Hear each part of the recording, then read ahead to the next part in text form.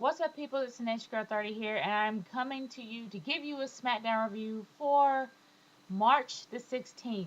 Now, I know as of late I have not, I actually been feeling like I have not been giving these reviews justice because I actually been seeing only the ones that I've been paying attention to, my views on some of the matches that I've only seen and that popped out at me. But I kind of felt like I've been a little bit biased towards the ones that I remember. So I decided I'm just gonna actually go through the whole thing, go through the whole list, all the matches, everything. I even wrote notes, and I'm not a note taker. So this may be like a one-time thing because I am sure lazy. So I may not do this again. But anyway, moving on to the introduction. Now the introduction was like Christian's big return, his big welcome back to the WWE, especially at on SmackDown. And he had his version of the Peep Show where his guest was none other than John Laurinaitis and David Otunga. Now, I understand that this actual Peep Show, this segment actually had a purpose, and it actually had a purpose leading on up to the 12-man match with Tay Long's team versus John Laurinaitis' team. I'm not gonna lie, I was completely kind of taken out the match, especially the fact that Christian was like, you better give me one more match. I'm like, dude, you've been out that long, you're still sticking with that whole gimmick. Please change it up. I would actually prefer Christian just to completely go on his own. Not him. I mean, he's gonna be a heel. I actually don't mind him as a heel. Actually, I'd rather him be a go-between, to be honest with you, because he was crafty when he was a go-between, like an anti-hero. Like he had his own little views of what good and bad is. I'd rather have him be an anti-hero than have him be a heel because he's just really darn annoying as a heel. And anyway, I can rant at this all night, but I really did not so much enjoy the segment. But the one thing I do like is the fact that Tay Long is able to step up more. He's not being stepped on by all of his superstars. He's actually growing a set, and that's the one thing I really did like about this segment, that he actually showed that he was growing a set. Plus, one thing I actually do remember is that every single person that took over both shows has been a heel. They have never been a face, they have always been heels. And don't get me wrong, the heels have been entertaining, but then they actually start to stale out as time goes on. There's only been two heels in WWE that's actually been entertaining and entertained everybody, the masses, for a very long time. And that is Eric Bischoff and Vince McMahon. Unfortunately, Eric Bischoff is on the other side, and Vince McMahon is on his way out. So I really don't want John Laurinaitis to actually be GM of both shows. I cannot stand listening to that man's voice on my Monday and Friday nights. No, I can't do it. I'm sorry. I would prefer Tay Long because Tay Long seems like he's beefing up his character, and he may bring a little bit more entertainment, a little bit more flair back to both shows if he becomes GM. So I'm rooting Teddy all the whole way. Now, after all this, it's actually led towards Kofi Kingston versus David Otunga because he just now named Kofi Kingston as being a part of his team, besides Santino Marella as well as R-Truth. So he actually, this actually kind of brought together a match. The reason why it was David Otunga and not Christian, because they're saying Christian was not cleared to actually perform. The reason why was just as dumb as the entire commentary of the entire thing. Now, honestly, they said he could not wrestle because he had an ingrown toenail. Yeah, that's the best you can do. An ingrown toenail? Good grief. That ingrown toenail segment just went on back and forth, back and forth, back and forth until the match ended. And it's just to the point where I know it's supposed to go towards, lead up some heat towards the 12-man match, but that's just, oh man, what? Oh boy.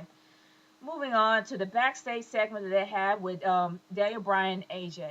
Now, with the whole Daniel Bryan and AJ thing, before I was kind of against it because I didn't think that AJ actually had his purpose. Just like every WrestleMania, just like every pay-per-view, when they actually had a couple on the way towards being out of the relationship, they're going to show them a lot more, especially going to show the negative points. Daniel Bryan has done nothing but insult AJ as of late, and it's a given now that probably after WrestleMania there will be no more. Especially the fact that he had a dress that was far too big for her, far too big. This is like something Gail Kim would wear. That would be cool if she was actually in the storyline, but unfortunately she is actually a knockouts champion on TNA, so fat chance of that. But anyway, that's pretty much foreshadowing, showing that they're going to be on the out soon. AJ's going to probably speak for herself, and then they'll be 86 probably after WrestleMania. But then moving on to the Divas match with the Bella Twins versus AJ. Now I think that Brie Bella was wrestling with her first, then it switched off to Nikki as usual to Twin Magic. AJ was sloppy. I'm sorry. I did not like this match at all. I did not care about this match at all. AJ is freaking sloppy. She's better off being a valet. She should not wrestle unless she goes back and actually trains a little bit more, gets back in the ring, and yes, she's had a few botches. Besides the botches that she made, the fact is she's really sluggish, she's really stiff, she has no flair, and she's been there for how long? It's been nearly a year. You should at least have honed your craft or had an idea of what you want to be in a year. But still, it's ridiculous. She absolutely has no in-ring chemistry with anybody in the ring. She needs work. There was one time when she was actually a tag team with her homegirl, forgot her name, don't really care about her. But the fact is, when she was actually a part of a tag team, she actually did have a little bit of, she really improved her in-ring skill because she was practicing. But now that the fact that she's Daniel Bryan's arm candy, she's been really, really sluggish of late. And I'm sorry. I didn't agree with it at all. I did not like this match.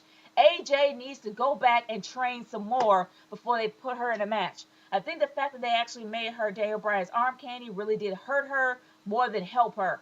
Because Daniel Bryan's going to be irrelevant after WrestleMania anyway. In the next 1 week and 2 days, 2 weeks and 1 day, whatever, either or in 16 days, when WrestleMania gets here, he's going to be irrelevant. So she needs to beef up her craft now. She's going to absolutely have nothing more to do. They talked about a dumb WrestleMania rebound. Now, we already know exactly what happened. We know it's about The Rock. I hate this WrestleMania rebounds on SmackDown because SmackDown does not need them. SmackDown needs to focus on SmackDown because they've had mediocre shows as of late, and I don't agree at all the fact that they're going to continue to have Raw rebounds. I don't agree with it. I never will. It's just ridiculous. But they still have them. I've already seen the whole thing about The Rock and John Cena. Next, okay? Okay, they had a backstage segment with Cody Rhodes. Now, Cody Rhodes consistently calls the Big Show a choke artist. He consistently keeps showing embarrassing moments of his WrestleMania moments with the Big Show. And honestly, I really do like it because it beefs up the feud. That's the whole point of the road to WrestleMania. And so far, they have been stale doing it, but they actually did it right. They did it right, but from the beginning on to here, it's been stale. But Cody Rhodes actually came in there, and this was kind of sort of like a call-out match. It's either a test match or a call-out match. Call it what you will.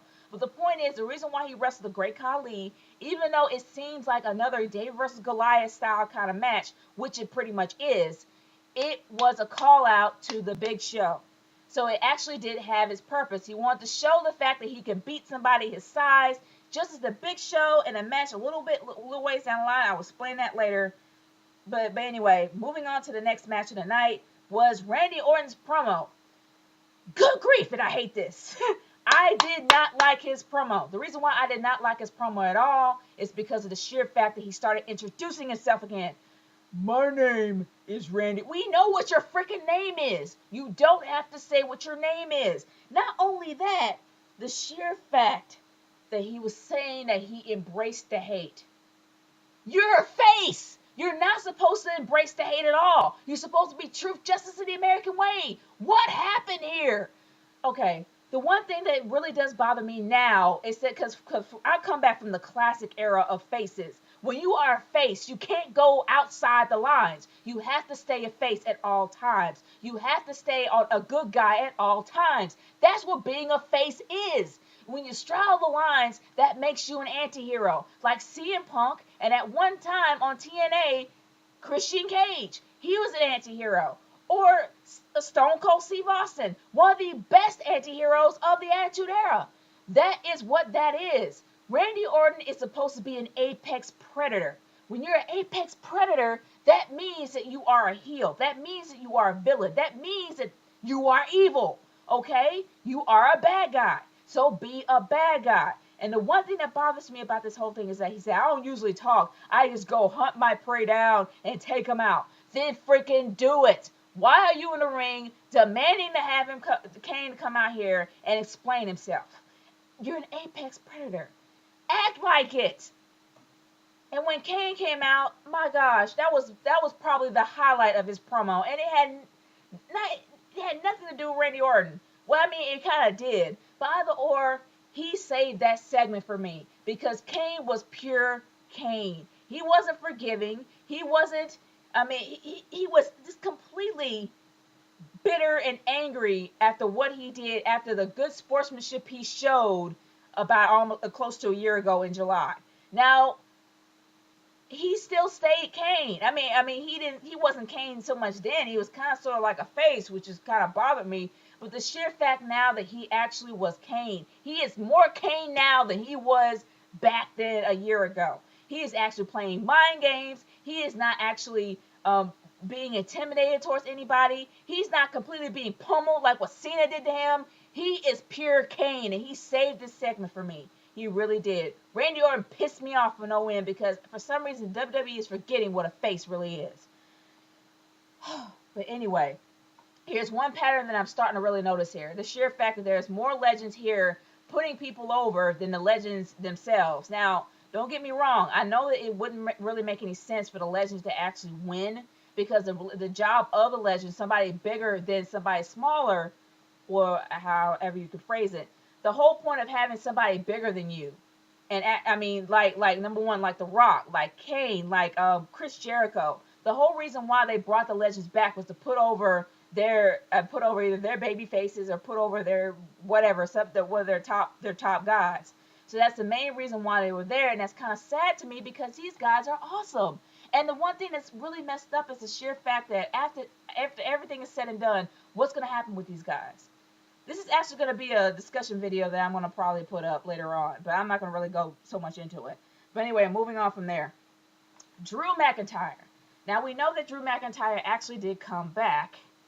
Why, I don't know. Because of the sheer fact that Drew McIntyre has lost pretty much every match as of late.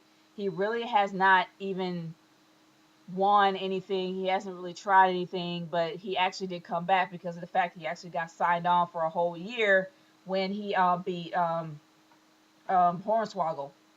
But anyway, Drew McIntyre versus The Big Show. Okay, this match was pretty much a call-out match. It was a given that this match was a call-out match. I got so much dirt on me. But anyway, this match was pretty much a call-out match. It was a given to show that he can probably beat Cody Rhodes. And while Cody Rhodes was watching, I really did like the segment because the segment actually did fit into the feud. It actually did beef up the feud a lot for me.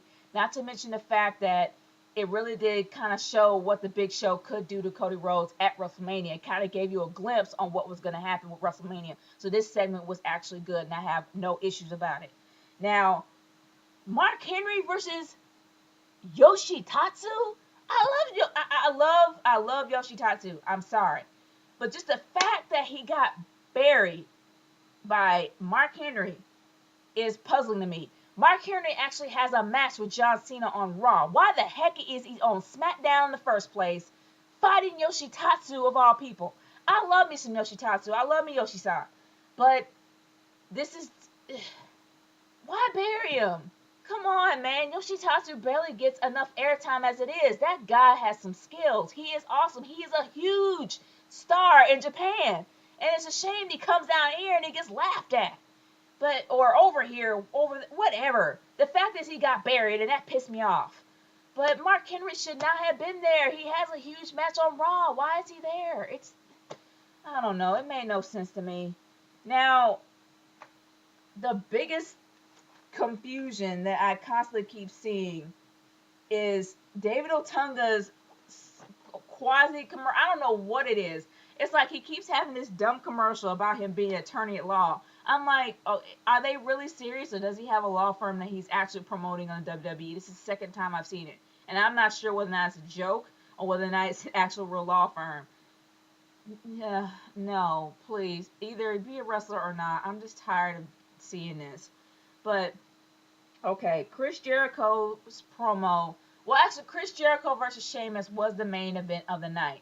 Now, Chris Jericho said a lot of unsettling things about CM Punk as of late. Yes, it was disturbing to me to hear about his personal issues. And do not get me wrong, I did love the Rock's side, and when he actually did his little concert and stuff like that, and how he actually did bring a little bit of personal stuff with John Cena in there. That was entertaining. But this seems far too real. Now, I understand that this is supposed to actually make you more emotionally invested in CM Punk, but still, for real, it was just far too much for me. But honestly, I know this has a purpose. I know this has a point. I know it's supposed to actually put CM Punk more over as an anti-hero. I don't really see him as a face. I hope he doesn't become a face. But regardless or not, the main event was kind of one-sided to me because I really would love to have CM Punk come out there, or at least be on the top of the stage, looking down at Chris Jericho after he got pummeled by Sheamus. It would have been like even there, but for me, it actually promoted one match at WrestleMania than the big main event match that I see in my eyes, which is going to be CM Punk versus Chris Jericho, Best in the World match. Now, don't get me wrong, the Sheamus versus Daniel Bryan. Daniel Bryan has not been getting enough love as of late when it comes to his match at WrestleMania. So yes, it kind of did its job there. But the Best in the World match is one of the main event matches of that night. So why not have CM Punk up there just to look down and just be like, okay, yeah, you say whatever you want, but I got you. Something like that. But I don't know. But all in all, this SmackDown in general is a little bit one-sided to me. I really did not at all cheer. I mean, I wasn't like so invested in this thing. Honestly, I really do see that this SmackDown really does have a C as a rating for me. I'm giving it a C. That's my verdict. I'm sticking to it. As you can see, it is 16 minutes that I have spent doing all the matches. That is the reason why I actually pick my own matches that come out of my mind, and that's how I have my review. But I'm not picking on anybody of that as of that. I'm just saying that that's pretty much what I do because I felt like I kind of left all the matches out. But I said all the matches that I could. I had my verdict, and that's pretty much it. So I'm going to end it before it gets too late. This is Nation Girl 30 signing off. Peace. Later.